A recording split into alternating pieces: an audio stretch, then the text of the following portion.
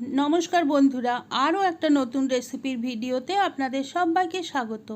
आज के बानाচ্ছি spicy rice बल जेटा बाच्चा थेके बड़ो सबबारই टिफिन रेसिपि हिसेबे खूब भालो लागबे। और এই রেসিপিটা আপনারা সম্ভবত প্রথমবার দেখছেন, তার কারণ এটা আর অন্য কোথাও নেই, এটা আমি নিজে তৈরি করেছি। বেশ কয়েক রকমভাবে তৈরি করে দেখেছি, খেতে বেশ ভালোই হয়। তো সেই জন্য ভাবলাম রেসিপিটা আপনাদের জন্য শেয়ার করি। তো আসুন দেখে নিই রেসিপিটা।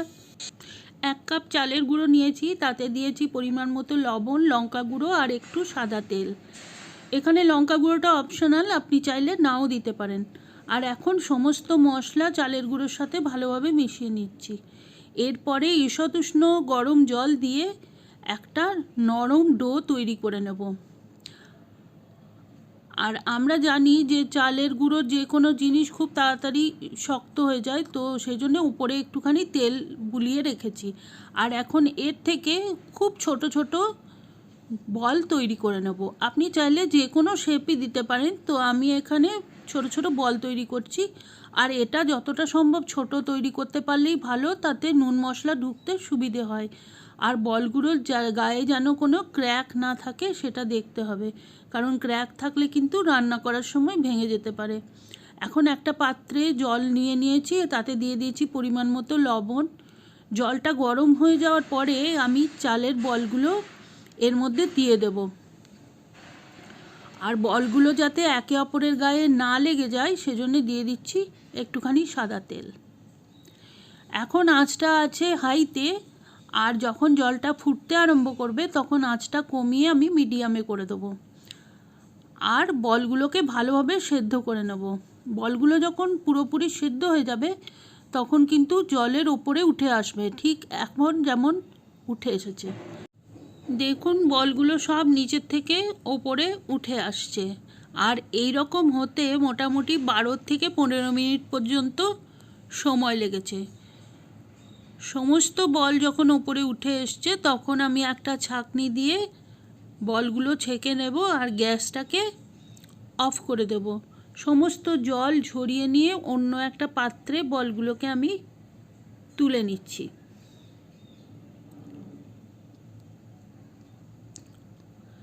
আর এই জলটা কিন্তু আপনারা পরে অন্য কোনো স্যুপ তৈরিতে বা গাছের সার হিসেবে কাজে লাগাতে পারেন।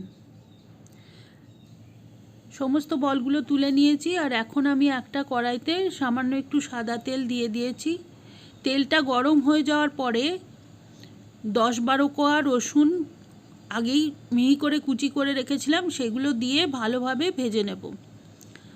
আর রসুন ভাজার সুন্দর গন্ধ বেরিয়ে গেলে তখন আমি আদা আর কাঁচা লঙ্কাও পাতলা করে কুচি করে রেখেছি, সেগুলো দিয়ে দেব। আর আপনি যদি এটা নিরামিষ করে রান্না করতে চান তাহলে এখানে পেঁয়াজ রসুনটা অ্যাভয়েড করতে পারেন।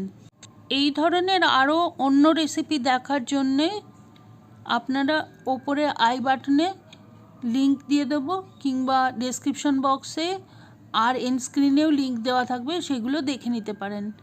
এখন আমি দিচ্ছি একটা বেশ বড় সাইজের পেঁয়াজ পাতলা করে কুচি করে রেখেছিলাম সেইটা।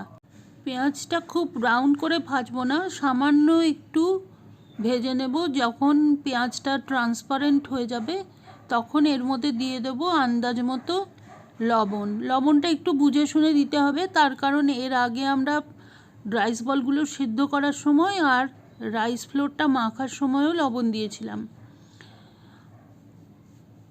আর এখন দিয়ে দিচ্ছি সরু সরু লম্বা করে কেটে রাখা গাজর। এর সঙ্গে চাইলে আপনারা ক্যাপসিকাম কুচিও দিয়ে দিতে পারেন, পেঁয়াজ পাতা কুচিও দেওয়া যায়। আর দিয়ে দিলাম টমেটো কুচি। আমি ভিডিও শুরুতে যেটা দেখিয়েছি সেইখানে আমি কিন্তু ক্যাপসিকাম কুচি দিয়ে করেছিলাম, এখানে আমি আর দিলাম না, শুধু গাজরই দিলাম। আর দিয়ে দিলাম সিদ্ধ করে রাখা রাইস বলগুলো।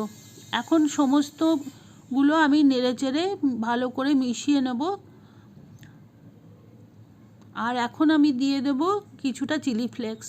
এটা সম্পূর্ণ অপশনাল, আপনারা চাইলে চিলি ফ্লেক্সটা নাও দিতে পারেন। আর দিয়ে দেব একটু টমেটো সস। এটা সমস্তটা মিলিয়ে নেব। আর আমার রান্না মোটামুটি রেডি, তার কারণ রাইস বলগুলো তো সেদ্ধ করাই ছিল, আর বাকি সমস্ত মশলাও আমার ভাজা হয়ে গেছে। তো একদম শেষে আমি দিয়ে দেবো 1 টেবিল চামচ মতো সয়া সস।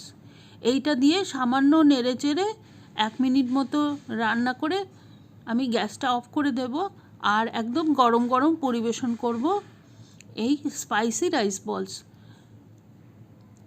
আপনারাও অবশ্যই বাড়িতে একবার বানিয়ে খাবেন, আর আশা করি ভালো লাগবে। যদি রেসিপিটা ভালো লাগে প্লিজ লাইক শেয়ার সাবস্ক্রাইব করতে ভুলবেন না, সঙ্গে থাকবেন। আর আরও এরকম অন্য অনেক রেসিপি দেখার জন্য এন্ড স্ক্রিনে লিংক দিয়ে দিলাম, ক্লিক করে প্লিজ দেখে নেবেন।